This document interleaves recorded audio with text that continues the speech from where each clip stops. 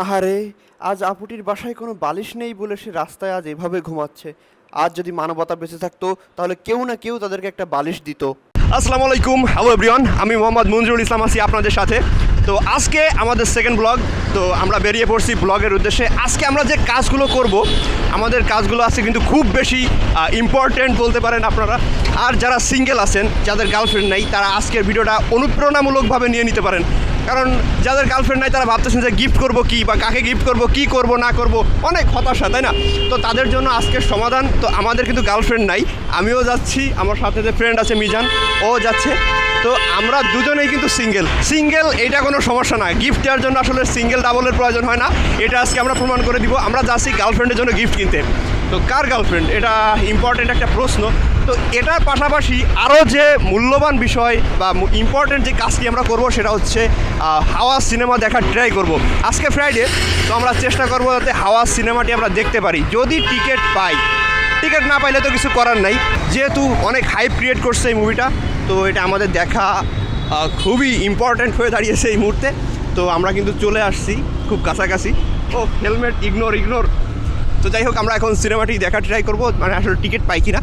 আর হচ্ছে গার্লফ্রেন্ডের জন্য গিফট, আমাদের না বন্ধুর গার্লফ্রেন্ড, তা বন্ধুর গার্লফ্রেন্ড মানে আমাদেরও গার্লফ্রেন্ড, এটা কিন্তু আমরা বলতেই পারি। তো সো আমরা যাচ্ছি, এই যে চলে আসছি।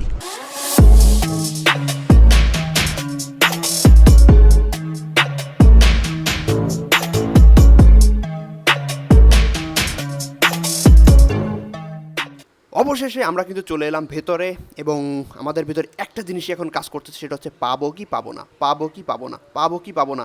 আসলে এখানে আমরা গার্লফ্রেন্ড পাবো কি না এটা না, কারণ ওটা আমাদের ফোর্থ সাবজেক্ট। আমরা এখন যেটা নিয়ে ভাবতেছি সেটা হচ্ছে আমরা আসলে টিকিটটা পাবো কি না। হাওয়া সিনেমা দেখার জন্য এসেছি, হাওয়া সিনেমা দেখার জন্য এত কষ্ট করে এসেছি, এবং এটা যদি পাই তাহলে তো পেলামই, আর না পেলে তো হবে না। ভাব লক্ষণ দেখে যা মনে হচ্ছে তাতে মনে হচ্ছে না যে পাবো। আরে ভাই, পাবো কি না পাবো সেটা তো পরবর্তীতে। এই যে সমস্যা, চারিপাশে ডানে বামে উপরে নিচে খালি বেডি আর বেডি, বেড়া আর বেডি আর বেড়া, মানে কাপল আর কাপল। ভাই তোরা কেন, আমরা দুজন সিঙ্গেল মানুষ আসছি এখানে, তোরা দেখতে পাচ্ছিস, তারপরে তোরা কেন ঘুরবি আমাদেরকে, কেন কেন যে করে এরা এগুলো আমি বুঝি না। এদের মনে হয় মানুষকে বিরক্ত করতে ভালো লাগে। যাই হোক, আমরা যাচ্ছি কাউন্টারের দিকে, আশা করি দেখি কি হয়। ভাই কি হয় একটু দেখি। যা ভাবলাম তাই হইলো, এই শোর টিকিট তো নাই, আর আজকে সারা দিনেও নাই, কালকেও নাকি প্রথম দুই একটা নাই। আমাদের মেরে দিল 60 টাকার গুয়া। পার্কিং করছিলাম তো সেই 60 টাকার কি হালকা কষ্ট, না সরি 30 টাকা। অবশেষে আমরা হাওয়াতে হালকা হতাশ হয়ে বেরিয়ে পড়েছি গার্লফ্রেন্ডের জন্য গিফট কেনার উদ্দেশ্যে। তো আমরা কিন্তু রাস্তা দিয়ে যাচ্ছি, আকাশ বাতাস পাখি মোটকু দেখতে আমরা আস্তে আস্তে সামনের দিকে এগিয়ে যাচ্ছি। তো এই জিনিসটা দেখার পরে না, আমি একেবারে আমার ভিতরে আর নাই। দেখছেন রিক্সায় কি লেখা, বাচ্চা ভাই। তো রিক্সাওয়ালা যদি বাচ্চা হয় তাহলে ব্যাপারটা কেমন হয়ে যায়। তো এই রিক্সা দেখে আমার একটা জিনিস মনে পড়লো, সেটা হচ্ছে বাচ্চা লিখলে যেমন রিক্সাওয়ালা বাচ্চা হয়ে যায় না, তেমনি বাংলাদেশের আগে ডিজিটাল লাগাইলো না, বাংলাদেশ ডিজিটাল হয়ে যায় না। ওয়াও, আমার প্রিয় বাস, এটা দেখলে না আমার ভিতরে একটা চাঙ্গা ভাব চলে আসে। এটা না এমন একটা জিনিস যা চাইলে কেউ আমাকে দেয় না, কিন্তু না চাইলে সবাই আমাকে একেবারে তেল মাখিয়ে দিয়ে দেয়। সো আমার কাছে ব্যাপারটা খুবই ভালো লাগে, এটি আমার খুব পছন্দের এই বাস আমার খুব পছন্দের। তো যাই হোক, আমরা এই গন্ধযুক্ত সুন্দর পরিবেশ দেখতে দেখতে সামনের দিকে এগিয়ে যাই। গন্ধযুক্ত পরিবেশ কি বলবো, এটাই এমন সুন্দর, এত সুন্দর ফ্লেভার এই জায়গা থেকে বের হচ্ছে। আমার মনে হচ্ছে যে আমি যদি এখানের এই যে ফ্লেভারটা, এটা যদি বোতলজাত করে আমার শত্রুকে গিফট করতে পারতাম, তাহলে আমার মনে শান্তি আসতো। সে যখন এটা ইউজ করতো তখন ঠিকই বুঝতে পারতো যে সারা ঠেলাটা কেমন লাগে। তো যাই হোক, আমরা সামনের দিকে এগোতে থাকি এবং দেখতে যাই যে আসলে কি আছে।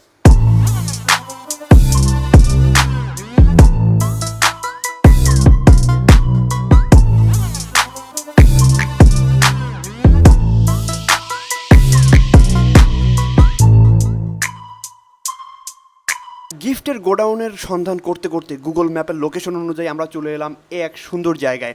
জায়গাটা সুন্দর, আশেপাশে তাকালে মনে হচ্ছে যে না, একটা শান্তি একটা ব্যাপার স্যাপার আছে। আর লোকজন এখানে ঘুরতে ফিরতে আসছে, সব কাপল। ভাই এই জিনিসটা না খুবই বিরক্তিকর। ঠিক আছে, যে জায়গায় যায় ওই জায়গায় কাপল। ভাই তোরা কী শুরু করছিস? যাই হোক, সিঙ্গেলদের জন্য মনে হয় নাই কিছু বরাদ্দ আমাদের।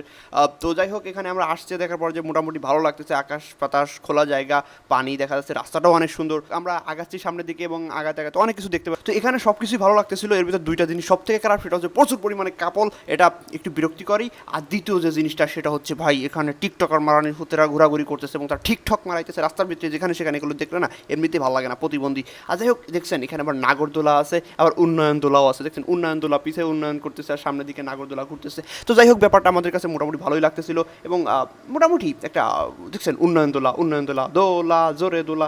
উন্নয়ন দোলা। তো যাই হোক উন্নয়নের প্রচুর উন্নয়ন হচ্ছে এখানে। তো আমরা চলে এসেছি এবং ভাবতেছি যে না এখানে একটা চা খাওয়ার দরকার আছে। তো আমরা এখানে একটা দোকানে চা খাওয়ার জন্য ঢুকলাম আমরা দুজনে। তো চাটা খাওয়ার পর না এখানে ইন্টারেস্টিং একটা ঘটনা ঘটেছে। আমাদের মতো দুটো ফকিন্নি লোক এখানে ঢুকেছে চা খাওয়ার জন্য। আমাদের কাছে টাকা নাই, বাজেট নাই যে ভালো কিছু খাবো, এই জন্য টাকা পয়সা নাই। আর লিমিটেড বাজেট নিয়ে আমরা গরিব ফকির লোকজন মিলে এখানে একটা চায়ের দোকানে বসেছি চা খাওয়ার জন্য। তো একটা গাড়ি না দোকানের সামনে পার্কিং করা ছিল, তো যেটা অন্য লোকদের যাতায়াতে ডিস্টার্ব করতেছিল।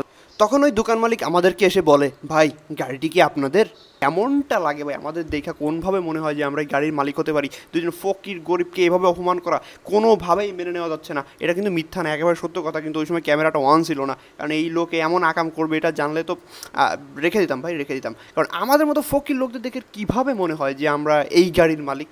আমার বুঝে আসে না। মনে হয় উন্নয়ন দেখা ওরও উন্নয়ন হয়ে গেছে, আমাদের দেখার উন্নয়ন মনে হচ্ছে। তো ব্যাপারটা খুবই ভালো ছিল। তো আমরা এই কাজ শেষ করে আমরা আবারও বেরিয়ে পড়বো সেই গিফটের উদ্দেশ্যে। কারণ আমরা কিন্তু সেই গার্লফ্রেন্ডের গিফটের যে লোকেশন যেখান থেকে আমরা গিফট রিসিভ করবো ওইখানে কিন্তু এখন আমরা পৌঁছাতে পারিনি। তো আমরা এই জায়গাটার মোটামুটি একটু দেখে নিই, কারণ এখানে চোখের শান্তি, মনের শান্তি সব কিছুই আছে, আর যদিও অশান্তিও আছে। তো হালকা মনের শান্তিটা নিয়ে আমরা কিন্তু বেরিয়ে পড়বো গিফটের উদ্দেশ্যে। অবশেষে চলে এসেছি জায়গা মতো। এখানে নাচ গান শেখানো হয় ভাই, নাচ গান শিখতে আসিনি, আমরা আসছি হচ্ছে আমাদের মাল সামানা নিতে। তো আমরা এখন উপরের দিকে রওনা দিচ্ছি। অন্ধকার ভাই, ভূত একটা ফিল আসতেছে, মনে হচ্ছে ভূতে ধরবে না, এখনো ধরেনি। যাক, এখানে একটু আলোর সন্ধান পাওয়া গেছে, উঠতে থাকি। এবার আমরা শুনতে পেয়েছি এটা নাকি একেবারে টপ ফ্লোরে যেতে হবে আমাদের, ঠিকানা যেটা দেওয়া হয়েছে। এবং একটা ঘটনা আপনাদেরকে বলি, সেটা হচ্ছে আমরা কিন্তু গুগল ম্যাপে যে লোকেশন দেখে আসছিলাম ওখানে একটা ফাঁকা বিলের ভিতর চলে গেছি, যে দেখি যে এখানে কিছু নাই। পরবর্তী ফোন দেওয়ার পরে বলে যে ভাই ওটা হচ্ছে ভুল লোকেশন দেওয়া হয়েছে, আমাদের ঠিকানা হচ্ছে এই জায়গায়। তো যাই হোক, এখানে ছাদে আসলাম, এখানে ফুটাও আছে, বাইরে কিছু প্রাকৃতিক দৃশ্য দেখা যাচ্ছে। আর এটা হচ্ছে গোডাউন। ইয়ে বাবা, কোথায় এসে পড়েছি! এখানে প্রচুর পরিমাণে টেডি ফেডি কেডি মেডি কত কি ভর্তি, নাম জানি না কি বলবো। তো এগুলো দিয়ে এখানে একেবারে ভর্তি করে রাখা হয়েছে নানান ধরনের জিনিস। এর ভিতরে সাদা বিড়ালটা অন্যতম, এটা একটা স্পেশাল গুণ আছে। চাপ দিলে না ম্যাও ম্যাও করে ডাকাডাকি শুরু করে। তো যাই হোক, এখানে অনেক ধরনের জিনিসপত্র রয়েছে।